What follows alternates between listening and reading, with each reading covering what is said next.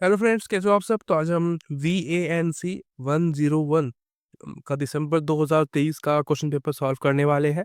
आपका जो सब्जेक्ट है इसका नाम है जैविक मानव विज्ञान का परिचय। क्या तो आप सब्जेक्ट मिला लेना, सेम ही होगा ज़्यादा कोई। हम कभी भी जो है गलत काम नहीं करते हैं कि भाई सब्जेक्ट को छोड़ दे दिया और आंसर किसी को दे रहे हैं, हमारा ही नुकसान होता है उसमें। ठीक है, सबसे पहले आप क्वेश्चन देख लो। क्वेश्चन जो है हमारा ये है, पहला क्वेश्चन मैंने काफ़ी सारे करा रखे हैं यहाँ पे, पर मैं आपको चाहता हूँ कि आप पहले अपना जो क्वेश्चन पेपर है वो देखो आप। ठीक है, ये ज़्यादा इंपॉर्टेंट है हमारे लिए।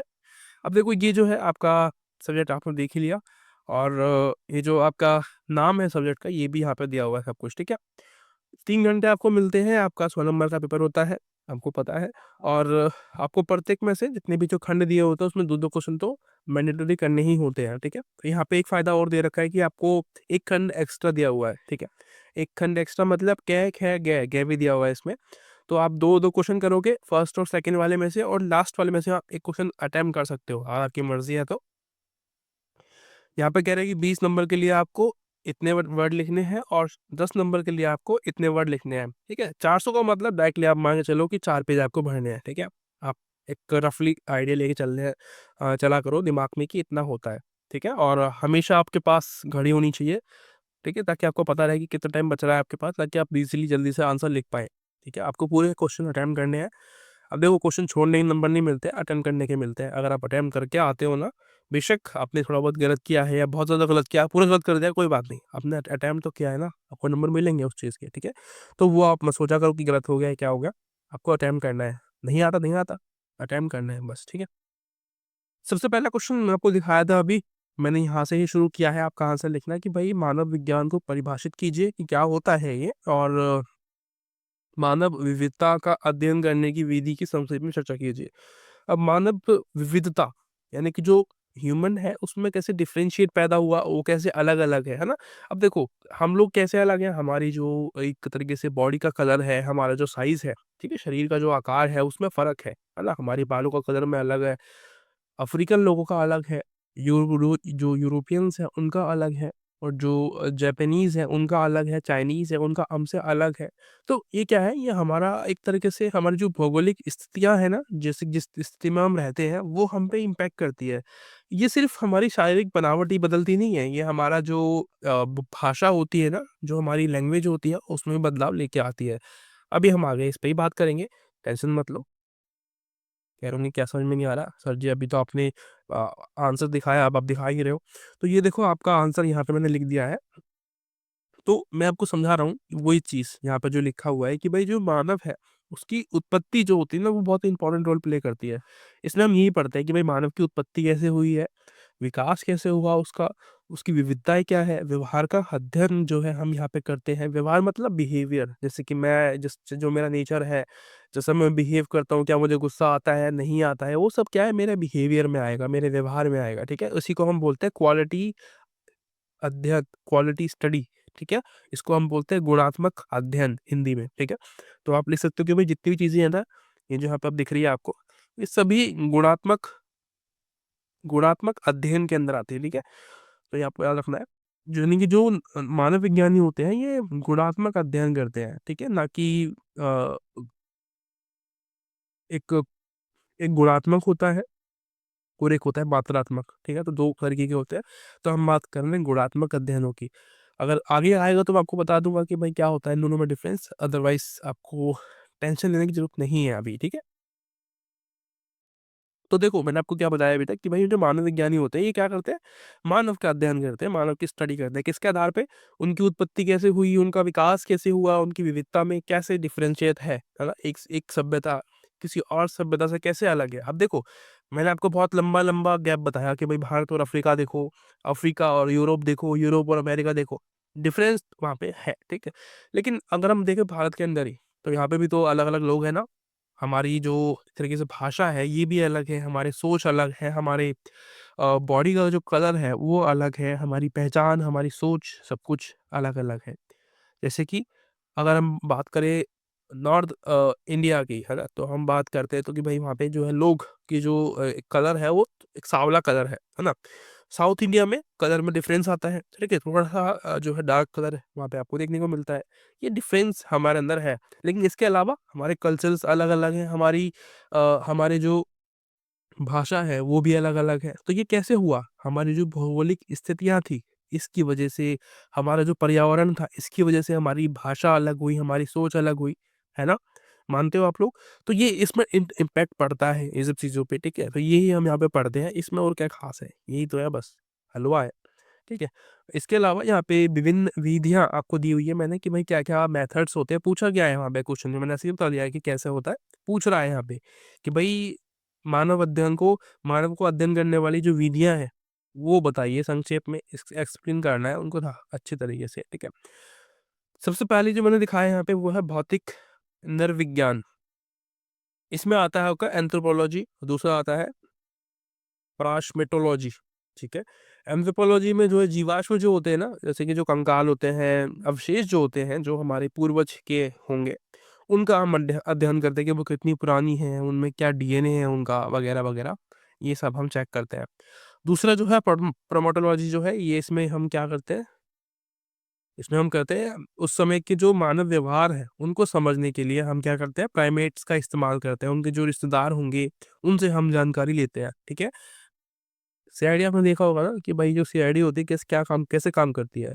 जब वो व्यक्ति कोई मतलब चल रहा है, मर गया है तो उसकी डीएनए को निकालते हैं, डीएनए रिसर्च करते हैं डीएनए पे कि भाई वो किसका है, ठीक है? फिर जो लोग होते हैं उनके डीएनए से मैच करवाते हैं वो क्या, है ना? इस तरीके से जो है वो सब चीज़ें पॉसिबल होती है, ठीक है? ऐसे ही ये भी करते हैं। अब यहाँ पे देखो 2 तरीके के जो विज्ञानी होते हैं ना, मानव विज्ञानी वो भी होते हैं। एक नए वाले होते हैं, एक पुराने वाले होते हैं। लेकिन जो जो नए वाले होते हैं ना, वो नई टेक्नोलॉजी का इस्तेमाल करते हैं। जो पुराने वाले हैं, उस समय तो टेक्नोलॉजी आई नहीं थी तो कैसे इस्तेमाल करेंगे, ठीक है? तो ये आपको दिमाग में रखना है। और सेकंड है पुरातत्व। इसमें क्या होता है, प्रागैतिहासिक पुरातत्व का इस्तेमाल करते हैं। इसमें क्या है, औज़ार, जो आर्ट्स थे, जो जीवाश्म थे, उनके द्वारा किसी भी समाज का अध्ययन करते हैं।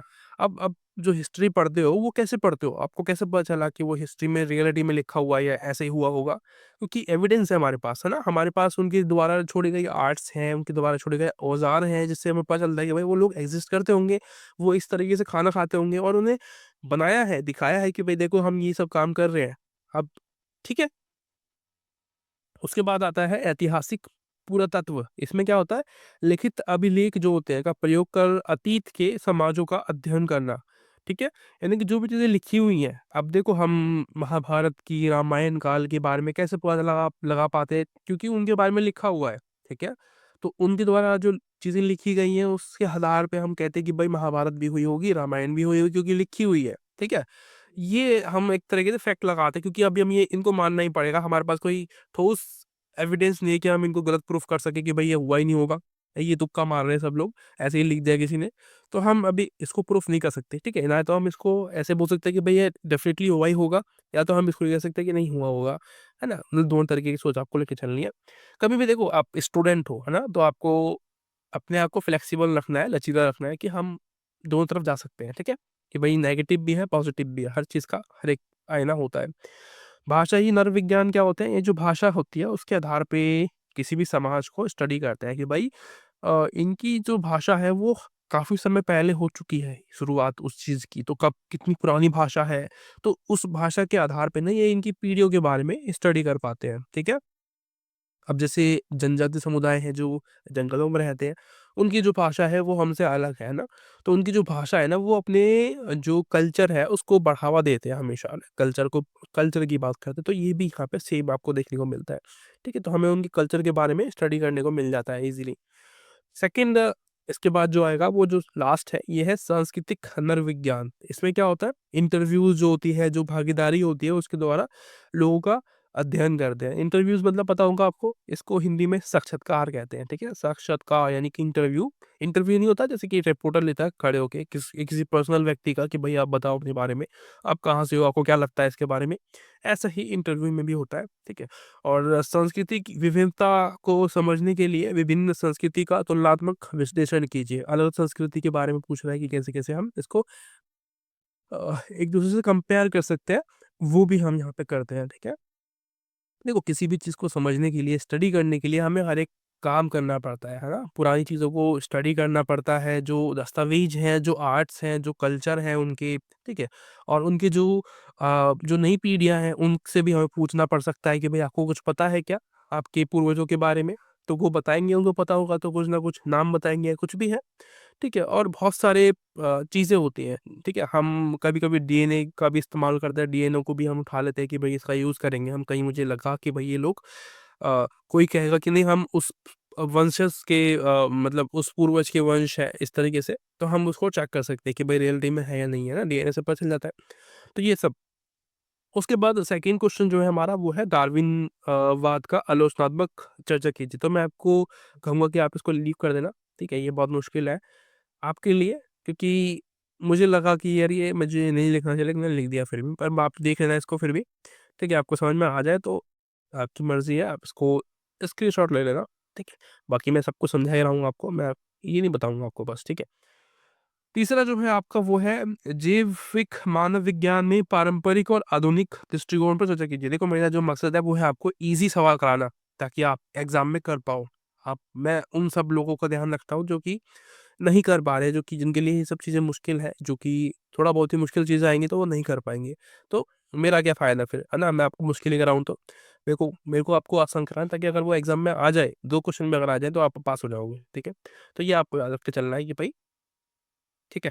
उसके बाद क्वेश्चन क्या कह रहा था कि भाई जैविक मानव विज्ञान में पारंपरिक और आधुनिक दृष्टिकोण पर चर्चा कीजिए। तो मैंने आपको बताया ना अभी, यहाँ पे जो मानव विज्ञानी होते हैं ना, जो जैविक होते हैं, वो दो प्रकार के होते हैं। वो एक नए होते हैं, वो एक पुराने होते हैं, ठीक है। तो एक पारंपरिक जो होते हैं उसको हम पुराने कहते हैं, और आधुनिक मतलब नए वाले जो होते हैं।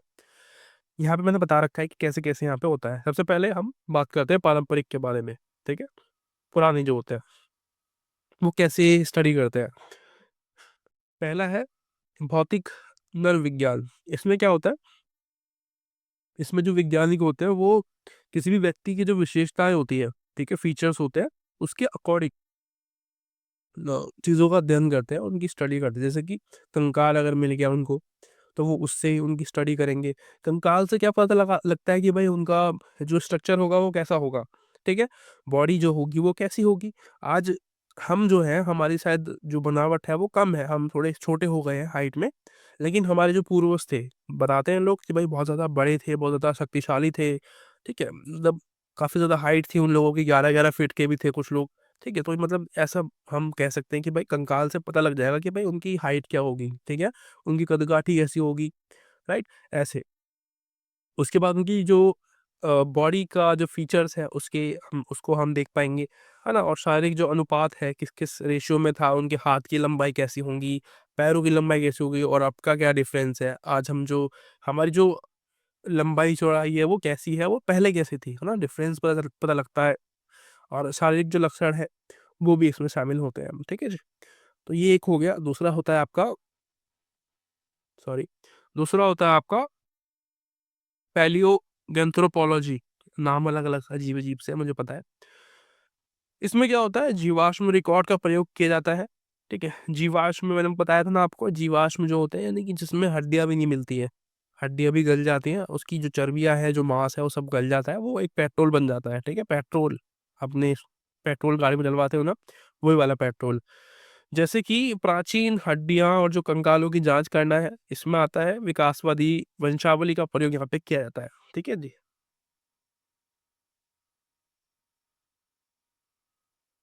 और प्राइमेटोलॉजी में क्या होता है, इसमें रिश्तेदार जो होते हैं उनका प्रयोग करते हैं, ठीक है? रिश्तेदार मतलब जो सगे-संबंधी होंगे कोई, तो उनसे जानकारी लेते हैं कि भई ये कैसे होंगे, कैसे रहते होंगे, वगैरह-वगैरह। जैसे मैंने आपको बताया ना कि भई कोई आदिवासी समुदाय है, तो उनसे उनकी पीढ़ियों के बारे में हम जानकारी जब हासिल करते हैं, तो उसी को हम कहते हैं कि भई प्राइमेटोलॉजी का इस्तेमाल कर रहा है, ठीक है? ये मेथड है स्टडी करने का। अब नए वाले की बात करते हैं कि भई जो नए वाले जो समाजशास्त्री है वो कैसे काम करते होंगे। तो ये आणविक नरविज्ञान का इस्तेमाल करते हैं। इसमें क्या होता है, डीएनए जो होता है ना, डीएनए उसकी जाँच करते हैं। उसके आधार पे चीज़ों को थोड़ा बहुत आसान कर देते हैं, ठीक है? नई टेक्नोलॉजी का इस्तेमाल करना यहाँ पे शामिल होता है। उसके बाद जैव पुरातत्व में होता है। इसमें क्या होता है, कंकाल के जो अध्ययन के लिए नरविज्ञान को जो है इस्तेमाल करते हैं। इसमें दाँत होती है, हड्डियाँ होती हैं, ठीक है? इन चीज़ों का यानी देखो मैंने आपको बताया ना, जो इंसानी जो शरीर होता है ना, उसमें हमेशा आपको मिलेगा कि जो दाँत है और जो हड्डियाँ हैं ना, वो मिल जाती है, ठीक है? तो उन दाँत से और हड्डियों से हम उस इंसान के बारे में एक अंदाज़ा लगा पाते हैं कि वो कैसा रहा होगा, ठीक है? वो क्या खाता होगा, ये सब, ठीक है? जिससे कि आहार, स्वास्थ्य, जीवन शैली का पता चलता है, ठीक है? तो ये कंकाल जो हड्डियाँ हैं ना, जो देखो अब दाँत से तो खाते हैं ना, तो दाँत में लग जाता होगा कुछ ना कुछ, तो वो हमें बताएगा कि उसकी दाँत में क्या-क्या चीज़ें मिली हैं, कि भाई बाजरा खाता था क्या वो? क्या वो मीट खाता था? मच्छी खाता था? क्या खाता था? ठीक है? तो वो कंडीशन के अकॉर्डिंग वहाँ पे चीज़ें मिल जाती होंगी उनको। उसके बाद फॉरेंसिक मनोविज्ञान, सीआईडी में आपने देखा होगा फॉरेंसिक लैब, आपने सुना होगा जिसमें प्रद्युमन भेजता बार-बार उसको, सालुखे एक व्यक्ति है, वहाँ पे साइंटिस्ट बहुत बड़े, तो उनके पास भेजता है, तो वो फॉरेंसिक है, वहाँ पे बॉडी को भेजते हैं और उस बॉडी से चीज़ों को पता लगाते हैं कि भाई वो कैसी कितनी पुरानी है, क कब मरा, कब नहीं मरा, क्या टाइमिंग थी, वगैरह-वगैरह। ठीक है? और इसमें क्या है, कंकाल अवशेषों का विश्लेषण करते हैं। फॉरेंसिक मनोविज्ञानी आयु का पता लगाते हैं। उसका लिंग क्या होगा, उसका वंश क्या होगा, उसकी मृत्यु का कारण क्या था, ये सब पता लगाते हैं। अब मतलब देखो कितनी आगे बढ़ गई ना हमारी साइंस। हम किसी भी एक चीज़ को पकड़ के हम बता पाएँगे कि उसकी मौत कैसे हुई थी, ठीक है? उसकी मौत कैसे हुई, वो किस वंश का है, उसका लिंग क्या है, वगैरह-वगैरह, ठीक है? जैसे कि सालों के अंगूठे से बता देता है, किसी की उँगली से, उँगली जो होती है, सिर्फ़ उँगली से, किसी की उँगली कटी हुई मिल गई तो उसे उससे उसने बता दिया कि वो ये वो जो उँगलियाँ हैं, ये किसी आदमी की है, ठीक है? उस आदमी की उँगली है किसी की और ये मेल है, इसकी उम्र इतनी है, वगैरह-वगैरह, ठीक है? तो हम मतलब इतने आगे पहुँच गए हैं साइंस में। उसके बाद मानव व्यवहार व्यवहार पारिस्थितिकी यानी कि इकोसिस्टम। अब इसमें क्या है, आप किसी व्यक्ति की जो कंडीशंस होती है, अब देखो परिस्थिति मतलब इकोसिस्टम होता है। अब जो कंडीशंस है, जो एनवायरनमेंट है, हमारा जो बिहेवियर है ना, उसके अकॉर्डिंग हो जाता है। क्या पता आपका आस-पास का एनवायरनमेंट बहुत अच्छा हो, ठीक है? अच्छा होता है तो हमारा जो नेचर होता है, वो भी अच्छा हो जाता है डेफ़िनेटली। और जिसके आस-पास का जो एनवायरनमेंट है बहुत ज़्यादा बुरा होगा, लोग गंदे होंगे, गलत प्रकार से लोगों को गाली देते होंगे, तो वैसे ही वे भी बन जाते हैं, है ना? सभी बन जाते हैं नॉर्मली, हम अपने आस-पास को देखते हैं, उसी के अकॉर्डिंग हमारा बिहेवियर बन जाता है। तो ये है हमारा मानव व्यवहार पारिस्थितिकी यानी कि कंडीशन के अकॉर्डिंग हमारा जो बिहेवियर है, वो बदल जाता है। कोई बड़ी बात नहीं है, ठीक है? इसमें क्या है, इसमें संभोग रणनीति होती है, सहयोग होता है, संसाधन अधिग्रहण शामिल होता है। ये सारी चीज़ें यहाँ पे आपको मिलती हैं, ठीक है? आगे चलते हैं, ज़्यादा टाइम वेस्ट कर रहे हैं और हम लोग को ये लगता है, लंबी हो जाएगी वीडियो, फिर आप लोग देखोगे नहीं, मुझे पता है। क्वेश्चन जो है 4th जो क्वेश्चन है वो है आपका, इसमें देखो 2 पार्ट है, मैं आपको दिखा देता हूँ पहले। ये देखो चौथा क्वेश्चन जो है इसके 4 पार्ट है, ठीक है? ये पहला, दूसरा, तीसरा, चौथा, ठीक है? मैंने जो क्वेश्चन लिए हैं पहले ये लिया है, पहले आप इसको ये देख लेना, ठीक है? फिर इसके बाद सेकंड और थर्ड वाला लिया है मैंने शायद, सेकंड नहीं लिया। क्या है, जैविक मानव विज्ञान, भूविज्ञान का संबंध, ठीक है? जैविक मानव विज्ञान और भूविज्ञान का संबंध क्या होता है, वो बता रहा है यहाँ पे। मैंने आपको बताया था कि भाई जब किसी भी क्षेत्र में अगर बाढ़ आती है ना, ठीक है? बाढ़ आ गई, सुनामी आ गई, कोई भी प्राकृतिक घटना हो गई या कोई भी मानवीय घटना हो गई बड़ी, ठीक है? जो मानव की वजह से हुई है, जैसे कि जलवायु परिवर्तन है, वो किसकी वजह से होता है? वो हमारी वजह से होता है। तो ये जितनी बड़ी घटना हो जाती है, तो इसकी वजह से क्या होता है, आपके जो सगे-संबंधी होते हैं, ठीक है? परिवार में होते हैं, वो क्या पता उनको कुछ हानि हो गई हो। अब देखो कोई भी जैसे कि कहीं बाढ़ आती है हमारे किसी भी राज्य में, है ना? तो केदारनाथ में आई थी अभी कुछ समय पहले, बहुत तगड़ी बाढ़ आई थी। तो उसमें बहुत सारे लोग मारे गए, है ना? तो उनके जो परिवार वाले जो लोग जो मर गए हैं, ठीक है? उसकी वजह से जो लोग थे ना वो चिंता में चले गए, अवसाद में चले गए, यानी कि डिप्रेशन हो गया उन लोगों को और मतलब ऐसा हो गया उनके साथ कि वो बस अब चाहते ही नहीं जीना, क्योंकि उनके जो क्लोज़ लोग हैं, ठीक है? अब किसी का भी जो सगे-संबंधी मरेगा, कोई जाएगा छोड़ के उसको तो बहुत ज़्यादा दिक्कत होगी, उसके सामने मरा वो, है ना? और टाइम भी नहीं होता है कि भैया चलो ठीक है, एक टाइम हो गया व्यक्ति का कि बुढ़ापा आ गया, तो चलो ठीक है, हो गया काम। लेकिन जो जवान लोग थे, जो जवान थे, सब मर रहे हैं, बच्चे, बूढ़े सब, सबको लपेट लिया वो उसने। तो ये जो है, ऐसा एक प्राकृतिक घटना जो होती है, उसके अकॉर्डिंग हमारी जो सोच होती है, उसमें बदलाव आता है, ठीक है? यही यहाँ पे बता रखा है, ज़्यादा कुछ बड़ी चीज़ नहीं है यहाँ पे, ठीक है? पोषण और मानसिक स्वास्थ्य जो है वो भी हमारी कमी यहाँ पे आपको देखने को मिलती है कि भाई बाढ़ आई होगी, तो उससे क्या है हमारा जो देखो बाढ़ जब आती है ना तो खाना वगैरह सब कुछ कुछ भी नहीं मिलता, ठीक है, भूखे मरते हैं। और खाना तो क्या, बाढ़ आएगी तो पानी भी नहीं मिलेगा पीने वाला, क्योंकि पानी जो वो जो पड़ा हुआ है नीचे वो पीने लायक नहीं है, ठीक है। तो वो पीने के लिए पानी नहीं मिलता है, काफ़ी दिक्कत हो जाती है, और काफ़ी सारे जो कीड़े मकोड़े होते हैं ना वो आ जाते हैं ऊपर, ठीक है, आपके घरों में घुस जाएंगे। मिट्टी की गुणवत्ता जो होती है वो उसके हिसाब से, जो खनिज की जो तत्व है उसके हिसाब से कृषि की जो प्रभाविता है उस पे इम्पैक्ट पड़ता है, ठीक है। अगर मिट्टी की गुणवत्ता अच्छी होगी तो कृषि अच्छी होगी, अगर नहीं होगी तो कृषि खराब हो जाएगी। तो अगर कृषि खराब हुई तो लोगों की जो हेल्थ है उस पर इम्पैक्ट पड़ेगा, लोगों को कम खाना मिलेगा, राइट।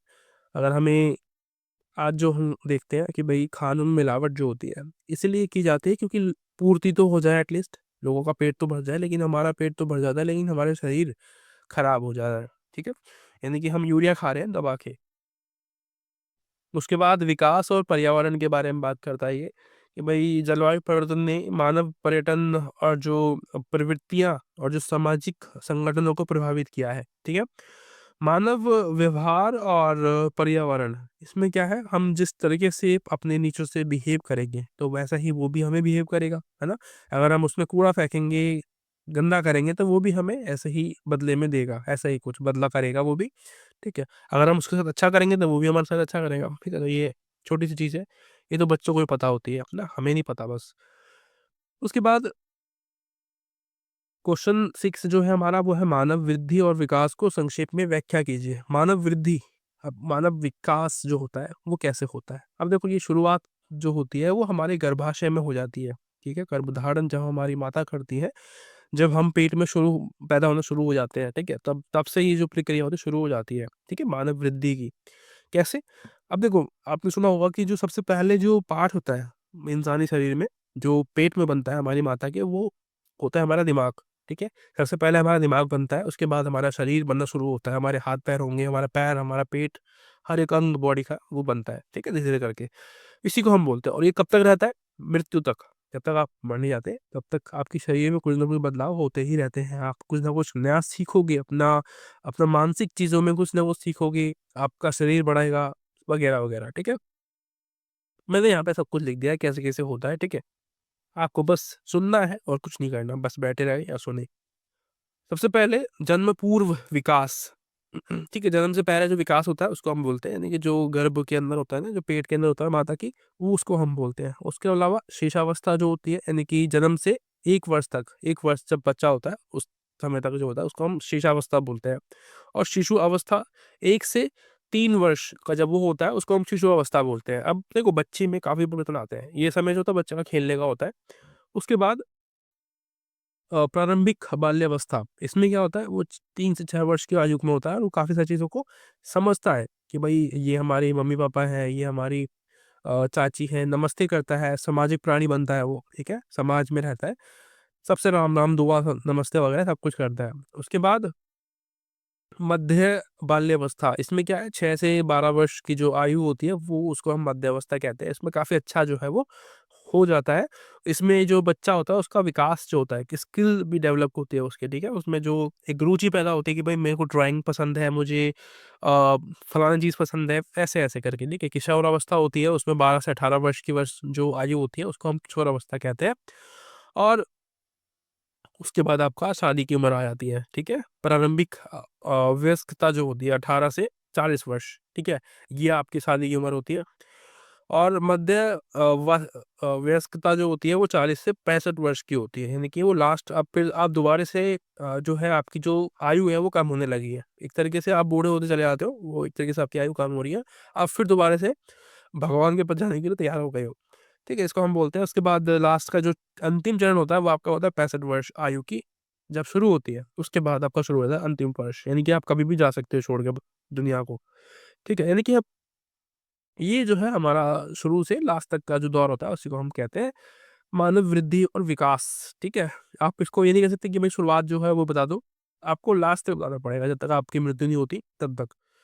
ठीक है, और ये आपका एक और क्वेश्चन है, ये है आपका एक सामाजिक कुरीति बीमारी के रूप में नस्लवाद की पर चर्चा कीजिए। नस्लवाद, है ना? आप सुना होगा आपने।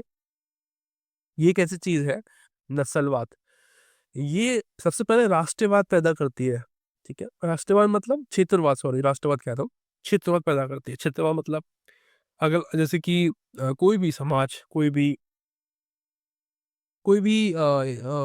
समुदाय, ठीक है?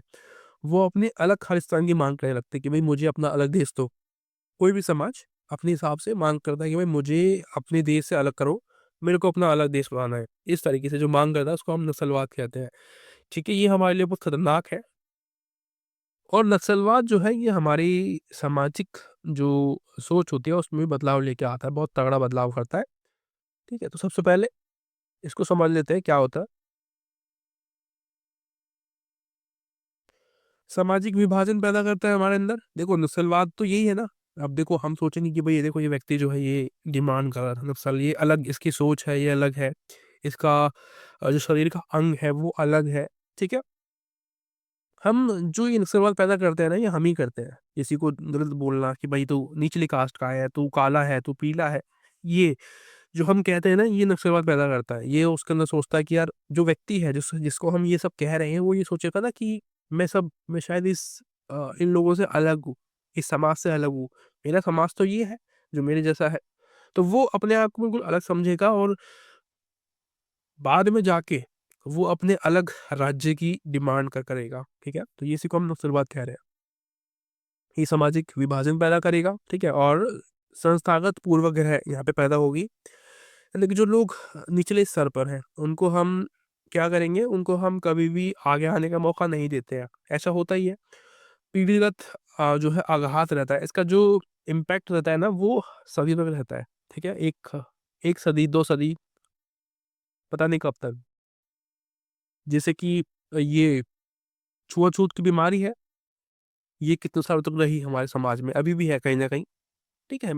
अंदरूनी रूप से अभी भी रहती है। भेदभाव को बढ़ाता है नस्लवाद, पूर्वाग्रह पैदा करता है लोगों में कि भई ये तो बेकार ही होगा, ये तो ऐसा ही होगा, ये तो वैसा ही होगा। इस तरीके से हमारी जो सोच होती है, उसको हम नस्लवाद ही कहते हैं। रूढ़िबद्धता पैदा होती है, रूढ़िवाद मतलब जिनकी सोच पुरानी होती है ना? कि भई ये शूद्र है, ये ब्राह्मण है, ये क्षत्रिय है, ये जो सोच होती है, ये रूढ़िवादिता है ये, ठीक है? घृणा अपराध पैदा होता है, यानी कि इससे हम जो है हिंसक बन जाते हैं, कृत्य करते हैं, लोगों को मारते हैं, काटते हैं। मानसिक स्वास्थ्य हमारा खराब होता है, हमारे अंदर चिंता पैदा होती है, तनाव बढ़ता है, अवसाद के पल बढ़ जाते हैं। शारीरिक स्वास्थ्य जो है अवसाद मतलब डिप्रेशन, ठीक है? मृत्यु की दर बढ़ जाती है और आर्थिक असमानता पैदा होती है लोगों में, राइट? और इसके अलावा लास्ट क्वेश्चन है ये आपका 9वां, कह रहा है कि सीमाटोमेट्रो की परिभाषा कीजिए और इसमें प्रयुक्त होने वाले विभिन्न उपकरणों का वर्णन कीजिए। सीमाटोमेट्रो, राइट? तो ये बेसिकली एक तरीके का डिवाइस है जो कि हमारी जो बॉडी है, शरीर हमारा जो इंसानी जो रूप है, इसकी बॉडी का आकार, अनुपात, संरचना को नापने के लिए हम जिन-जिन डिवाइस का इस्तेमाल करते हैं ना, जैसे कि इंच टेप होता है हमारी हाइट नापने के लिए, जब हम टेलर के पास जाते हैं तो वो इंच टेप का इस्तेमाल करता है। वो काफ़ी लचीली होती है। तो ये जो है हर एक चीज़ को बता रहा है। बहुत ही ईज़ी सवाल है इसलिए मैंने बोला था कि भाई आप ये कर सकते हो। 9वां क्वेश्चन यानी कि जो खंड गया था उसमें से है ये, ठीक है? सबसे पहला होता है एंथ्रोपोमीटर। इसमें क्या होता है, ये ऊँचाई, हाथ और लंबाई जो है उसको मापने के लिए इस्तेमाल होता है। और दूसरा होता है कैलिपर। कैलिपर त्वचा की जो मोटाई होती है उसके लिए हम इस्तेमाल करते हैं, उसको नापने के लिए। और इंच टेप होता है ऊँचाई मापन जो है छड़ होता है जो कि ऊँचाई नापने के लिए होता है, हाइट नापने के लिए। बॉडी मास इंडेक्स संकेल यानी कि जो बॉडी में जो वसा है यानी कि जो चर्बी है उसको नापने के लिए, उसके मोटापा जो होता है हमारा जिसको हम बोलते हैं मोटापा, उसको नापने के लिए इसका इस्तेमाल करते हैं, ठीक है? बीएमआई का। डिजिटल तराजू का इस्तेमाल होता है यानी कि जो सटीक जानकारी देता है आपको वजन के बारे में। शारीरिक संरचना विश्लेषण करता है यानी कि जो गैजेट है उसमें हम द्रव्यमान मानसिक मांसपेशियाँ हैं उन सब चीज़ों का अध्ययन कर पाते हैं। तो ये क्या है, ये है आपका आज का चैप्टर है, आज का टॉपिक है। आशा करता हूँ वीडियो आपको अच्छी लगी होगी। अगर जो भी आपका कमेंट और व्यूज़ है, वो मुझे कमेंट करके बता देना। Thank you so much for watching. Bye bye.